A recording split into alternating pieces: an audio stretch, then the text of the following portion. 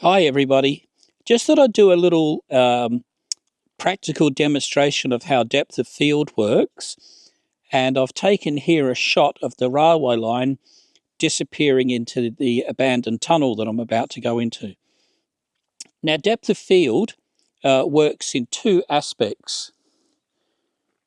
Prior to where your focal point is, you can get a relatively small amount prior to the focal point of being in focus, and then after the point where you're in your focal point is, you can get an almost infinite depth. It runs at around about 9:1 ratio. So if we look here in this image, I've focused on a small bush that is probably 40 meters in front of me.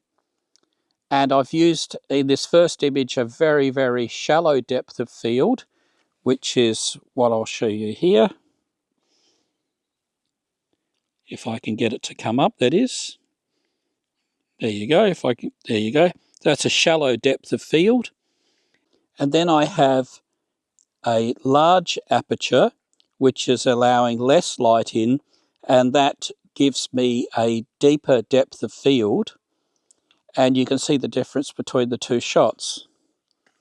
But essentially, the elements that people get wrong when they're talking about their area of focus is that when you're closer to your subject, your depth of field is compressed, it's much smaller. And when you're further away from your focus, it's much greater.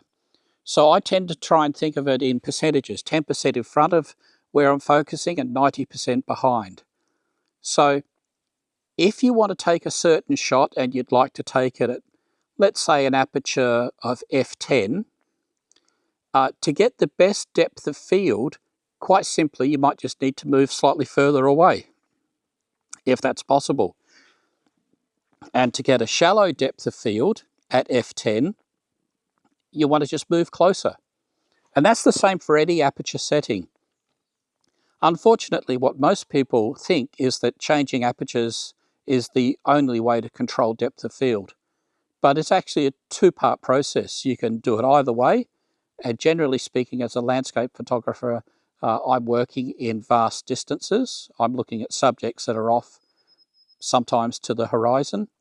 So that's how you're getting great areas of focus and sharpness in your image, because you're further away from your focal point, and that brings everything into that vast depth of range.